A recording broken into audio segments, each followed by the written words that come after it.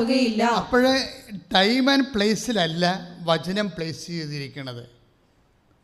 Time and place, ദേശവും കാലവും മാറിക്കൊണ്ടിരിക്കും, പക്ഷേ വചനത്തിന് മാറ്റം ഉണ്ടാകത്തില്ല. വചനം നമ്മളോട് പറഞ്ഞ വചനങ്ങൾക്ക് മാറ്റം ഉണ്ടാകത്തില്ല.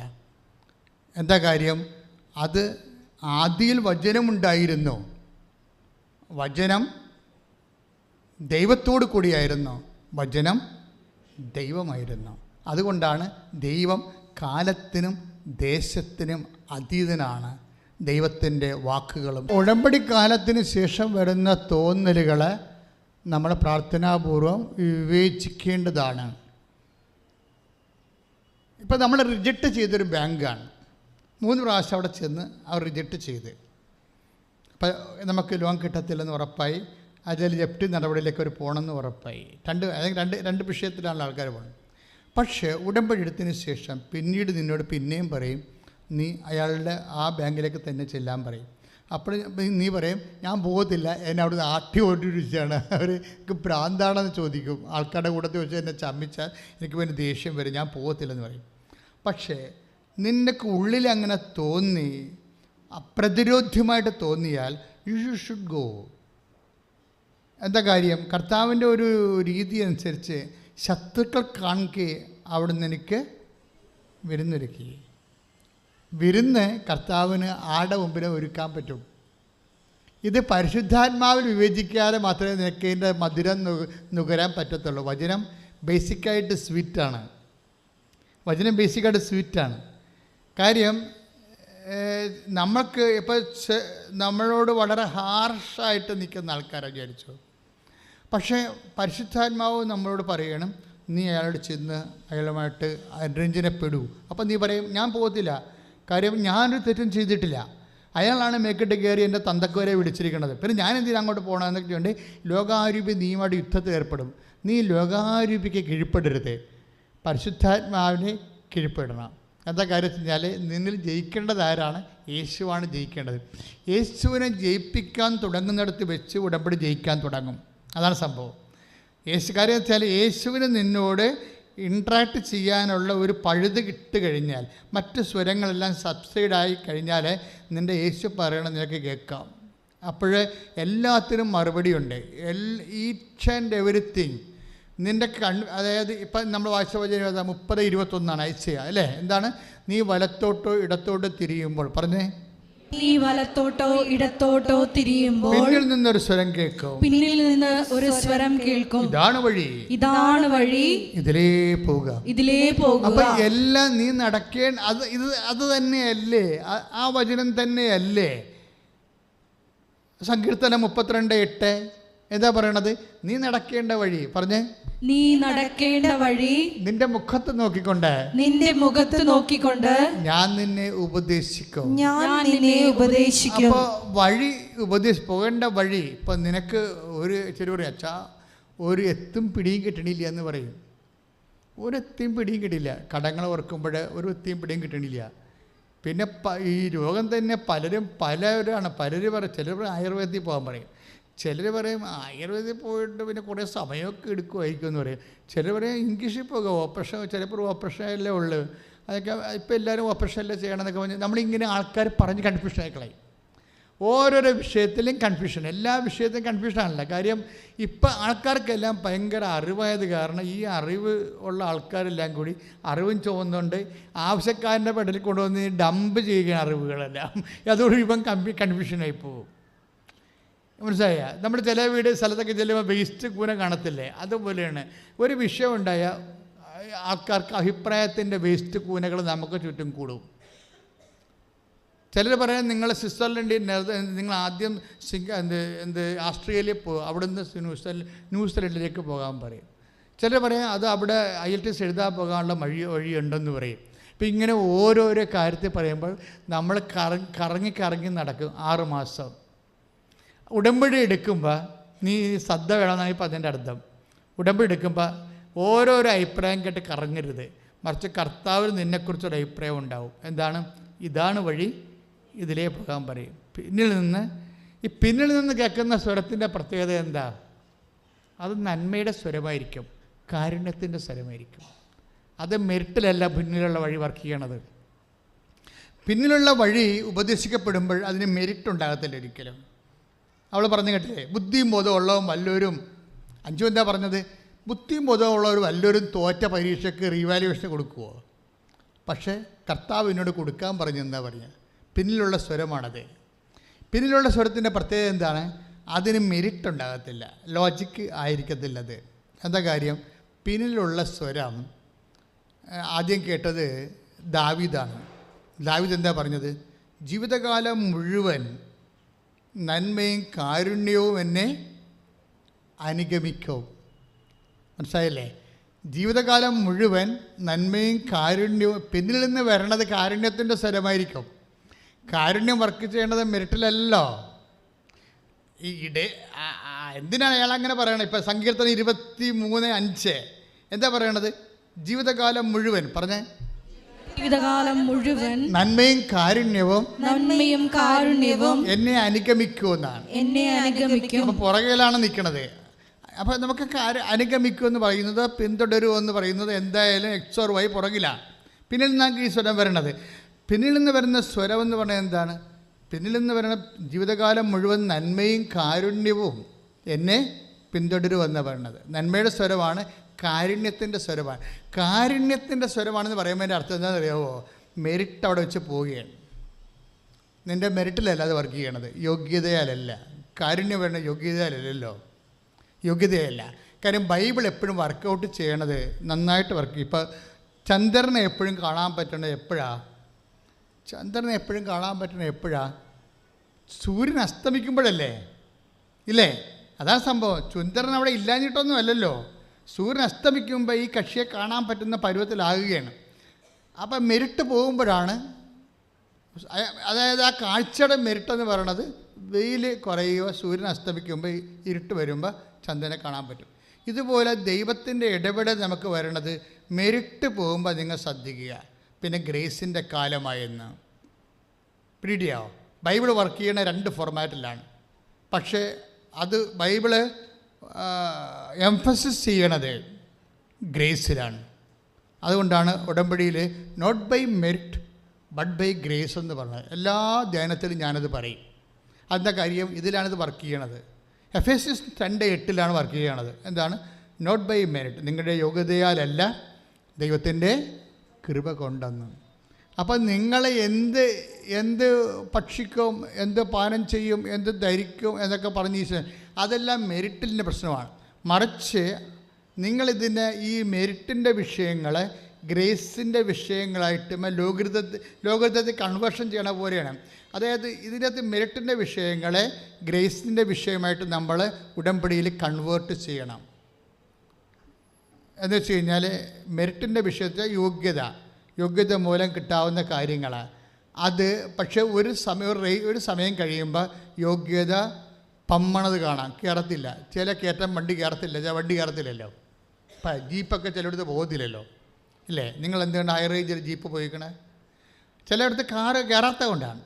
ഇപ്പോഴത്തെ കാറൊക്കെ കയറും, പുതിയ കാറൊക്കെല്ലാം കയറുന്നുണ്ട്, പ്രശ്നമൊന്നുമില്ല. പക്ഷേ ജീപ്പ്, അതുപോലെ തന്നെ ചില മൗണ്ടനറിങ്ങും പോകുന്ന കുഞ്ഞു വാഹനങ്ങളുണ്ട്. കാര്യം മേലോട്ട് പോയാൽ താഴേക്ക് വരാത്ത രീതിയിൽ കടിച്ച് കയറിപ്പോണ സംഭവം.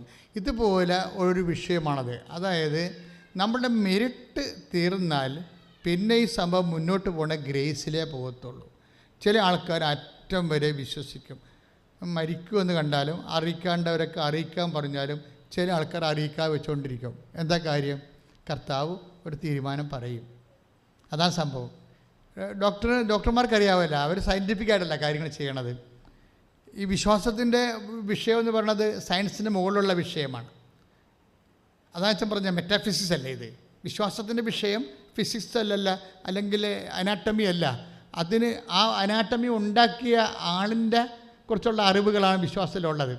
അനാട്ടമി സെറ്റ് ചെയ്തിരിക്കുന്ന ആളില്ലേ, ആ ആൾ അതുണ്ടാക്കിയ ആ ആളിൻ്റെ അറിവിനെക്കുറിച്ചാണ് വിശ്വാസം സംസാരിക്കുന്നത്. അതുകൊണ്ട് ആ ആളുമായിട്ട് നമ്മൾക്ക് കോണ്ടാക്റ്റ് ചെയ്യാനും കമ്മ്യൂണിക്കേറ്റ് ചെയ്യാനും ബൈബിളിൽ ഒത്തിരിയേറെ ഫോർമുലയുണ്ട്. അതിലൊന്നാണ് ഉടമ്പടിയിലുള്ള formula. Not by merit but by grace. നിൻ്റെ യോഗ്യത കൊണ്ടല്ല, ദൈവത്തിൻ്റെ കൃപ കൊണ്ടാണെന്ന്. നിൻ്റെ യോഗ്യത കൊണ്ടല്ല, ദൈവത്തിൻ്റെ കൃപ കൊണ്ടാണ്. ഒന്ന് പറഞ്ഞാൽ, നിന്റെ യോഗ്യത കൊണ്ടല്ല, നിന്റെ യോഗ്യത കൊണ്ടല്ല, ദൈവത്തിൻ്റെ കൃപ കൊണ്ട്. മഹത്വം, ആരാധന. ഈശോയെ, ഞങ്ങളുടെ യോഗ്യതകളെക്കാൾ അപ്പുറത്ത് കർത്താവിന്റെ കൃപ ഞങ്ങളുടെ എല്ലാ ജീവിത വിഷയങ്ങളുടെ മേലും ഉണ്ടാകണമേ എന്ന് പ്രാർത്ഥിക്കുന്നു. ഞങ്ങൾ ഓരോരുത്തരെയും അമ്മയുടെ പ്രത്യക്ഷീകരണത്തിന്റെ സാക്ഷി. നമ്മൾ പറയണത് എന്താ വെച്ച് കഴിഞ്ഞാൽ, ചില സമയത്ത് ഈ അനാട്ടമി സൃഷ്ടിച്ച ആൾ, അല്ലെങ്കിൽ നമ്മുടെ മെൻ്റൽ സ്ട്രക്ചർ, വികാരമണ്ഡലങ്ങളെല്ലാം നിർമ്മിച്ച ആൾ, ആ ആൾ അതിൻ്റെ ഒരു നോഹവും ജ്ഞാനസൂത്രങ്ങൾ, അത് കേടുപാടുകൾ എങ്ങനെ പോക്കണം, അതിനൊരു കേടുപാടുകൾ വന്നാൽ, ആ നിർമ്മിച്ച വസ്തുവിൻ്റെ കേടുപാടുകൾ വന്നാൽ എങ്ങനെ പോക്കണം എന്നതിനെക്കുറിച്ച് സാധാരണ ഫിസിക്കൽ സയൻസിൽ ഇല്ലാത്ത കുറേ ഫോർമുല കർത്താവിൻ്റെ വചനത്തിലുണ്ട്. കഴിഞ്ഞ ദിവസം ഒരു സാക്ഷ്യം ഉണ്ടായി. അവിടെ പേര് ലില്ലിക്കുട്ടിയാണ്, കൊല്ലം ലില്ലിക്കുട്ടി. നല്ല സാക്ഷ്യമാണ്. അവരുടെ പ്രശ്നം വെച്ച് കഴിഞ്ഞാൽ, അവരുടെ ബ്രദറും കൂടി ഡൽഹിയിൽ താമസിക്കുകയാണ്. കൊല്ലത്തുകാരത്തിയാണ്, ഡൽഹി താമസിക്കുക. അപ്പോൾ ആങ്ങളയ്ക്ക് നൈറ്റ് ഡ്യൂട്ടിയാണ്. അപ്പോൾ അവർ നൈറ്റ് ഡ്യൂട്ടിക്ക് പോകും. അപ്പോൾ ഈ പെങ്ങൾ ഒറ്റക്കാ മുറിയിൽ. അപ്പോൾ അവൾക്ക് പേടിയാണ്. അപ്പോൾ എന്ത് ചെയ്യും, അവൾ ഒരു കൂട്ടുകാരത്തി ആ ഫ്ലാറ്റിലുണ്ട്, അവരുടെ കൂടെ പോയി രാത്രി ഉറങ്ങും. ഒരു ദിവസം ഉറങ്ങാൻ കിടന്നപ്പോൾ പെട്ടെന്ന് ഇവൾ ഞെട്ടി വിറച്ച്, പിന്നെ ബോധം പോയി, പിന്നെ പിച്ചുമ്പയും പറയാൻ തുടങ്ങി, പിന്നെ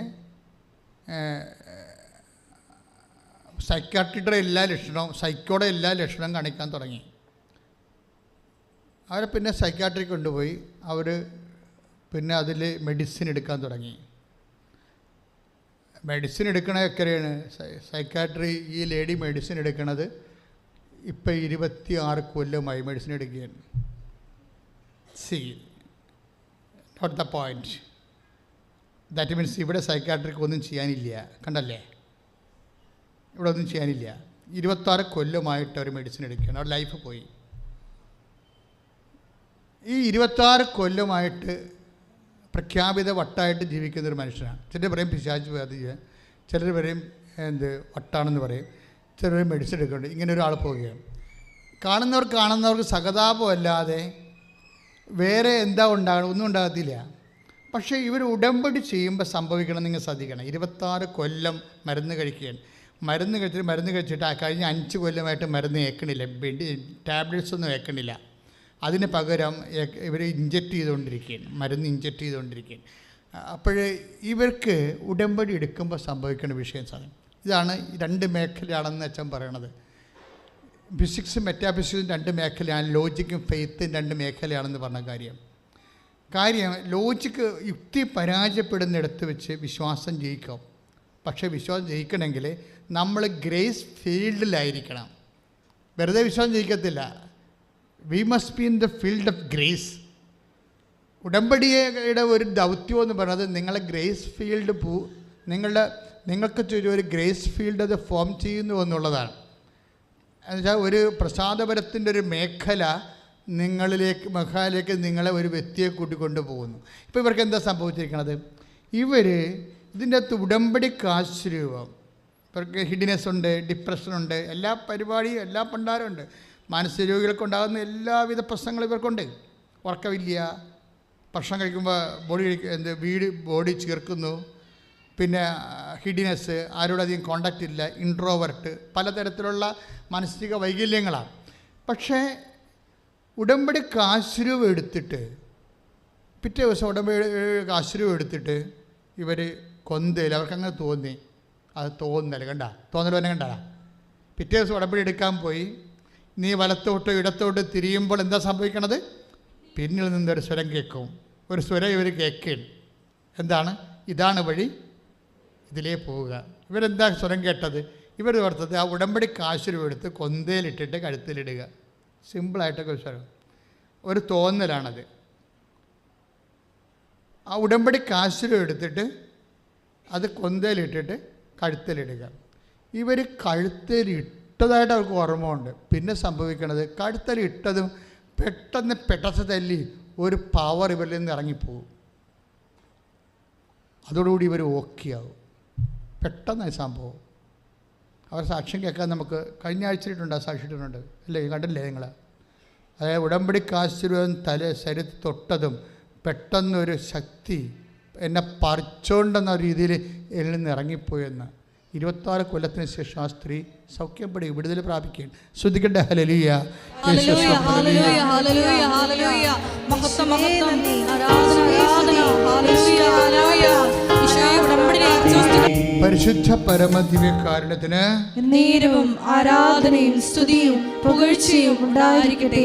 പരിശുദ്ധ പരമദിവ്യകാരുണ്യത്തിന് നേരവും ആരാധനയും സ്തുതിയും പുകഴ്ചയും ഉണ്ടായിരിക്കട്ടെ. പരിശുദ്ധ പരമദിവ്യകാരുണ്യത്തിന് നേരവും ആരാധനയും സ്തുതിയും പുകഴ്ചയും ഉണ്ടായിരിക്കട്ടെ. അപ്പോൾ ഒരു പോസ്റ്റ് ഉടമ്പടി പീരീഡിനെ കുറിച്ചാണ് ഞാൻ സംസാരിക്കണത് അല്ലേ. പോസ്റ്റ് ഉടമ്പടി പീരീഡുകൾ, കവനൻ പീരീഡ്, ഉടമ്പടി എടുത്തതിന് ശേഷം ഉണ്ടാകുന്ന മനോമണ്ഡലങ്ങളിൽ തെളിയുന്ന ഓരോ അണുരണങ്ങളെക്കുറിച്ച് നിങ്ങൾക്ക് സൂക്ഷ്മതയുള്ളവരായിരിക്കണം. കാര്യം നിൻ്റെ രക്ഷയുടെ മാർഗമാണ്. അത് നിൻ്റെ മെരിറ്റിലല്ല വർക്ക് ചെയ്യണത്, ഗ്രേസിലാണ്. പിന്നിലുള്ള സ്വരമാണ് 23:5. നമ്മൾ 30:21 ഐസയ 30:21 നീ ഇടത്തോട്ടോ വലത്തോട്ടോ തിരിയുമ്പോൾ നിനക്ക് കൺഫ്യൂഷൻ ഉണ്ടാകുമ്പോൾ നീ ചെന്ന് പെട്ടിരിക്കുന്നു എന്ന് തോന്നുമ്പോഴേ കർത്താവിൻ്റെ സ്വരം കേൾക്കും. എന്താണ്? ഇതാണ് വഴി, ഇതിലേ പോവുക. അങ്ങനെ പോയി കഴിയുമ്പോൾ ഉണ്ടാകുന്ന സംഭവം എന്താണ്? ആ പിന്നിൽ നിന്ന് വരുന്ന സ്വരം എന്താണെന്നാണ് പറയണത്? ജീവിതകാലം മുഴുവൻ നന്മയും കാരുണ്യവും നിൻ്റെ പിന്നാലെ വരും. മനസ്സിലായില്ലേ? ആ വചനം അതല്ലേ. പിന്നിൽ നിന്ന് വരണത് എന്താണ്? പിന്നിൽ നിന്ന് വരണത് എന്താണ്? നന്മയും കാരുണ്യമാണ്. ഇടയന്മാരുടെ പട്ടികളെക്കുറിച്ചാണ് പറയണത്. ഇടയന്മാർക്ക് 2 വേട്ടനായ്ക്കളുണ്ടാകുമല്ലോ. ഇടയന്മാർ മുമ്പേ പോകുമ്പോൾ ആടുകൾ പുറകെ നിൽക്കുന്നു. ആടുകൾക്ക് പുറകിൽ 2 വേട്ടനായ്ക്കളുണ്ടാവും. ഈ വേട്ടനായ്ക്കളെക്കുറിച്ചാണ് സങ്കീർത്തകൻ പറയുന്നത്. വേട്ടനായ്ക്കളെന്ന് പറയുമ്പോൾ നമ്മൾ സാധാരണ ട്രെയിൻഡ് ഡോഗ്സാണ് അവരെ പുലി, കടുവ, അങ്ങനെ ചെന്നായി ഇതുപോലെയുള്ള ആടിനെ ആക്രമിക്കാൻ വരുന്ന സാധനങ്ങളെ ട്രേസ് ഔട്ട് ചെയ്യാൻ വേണ്ടിയാണ് വേട്ടനായ്ക്കളുള്ളത്. വേട്ടനായ്ക്കളുടെ പ്രത്യേകത, ഇവർ പിന്നിൽ നിന്നാണ് നിൽക്കുന്നത്. നടക്കുമ്പോൾ അപകടമില്ലാത്ത കാലത്ത് ഇവർ പിന്നിൽ നിൽക്കും. ഇടയിൽ മുമ്പേ നടക്കും ആടുകൾ, അതിൻ്റെ പുറകെ 2 വേട്ടനായ്ക്കൾ. അതാണ് ബൈബിളിൽ നന്മയും കാരുണ്യവും എന്ന് പറയുന്നത്.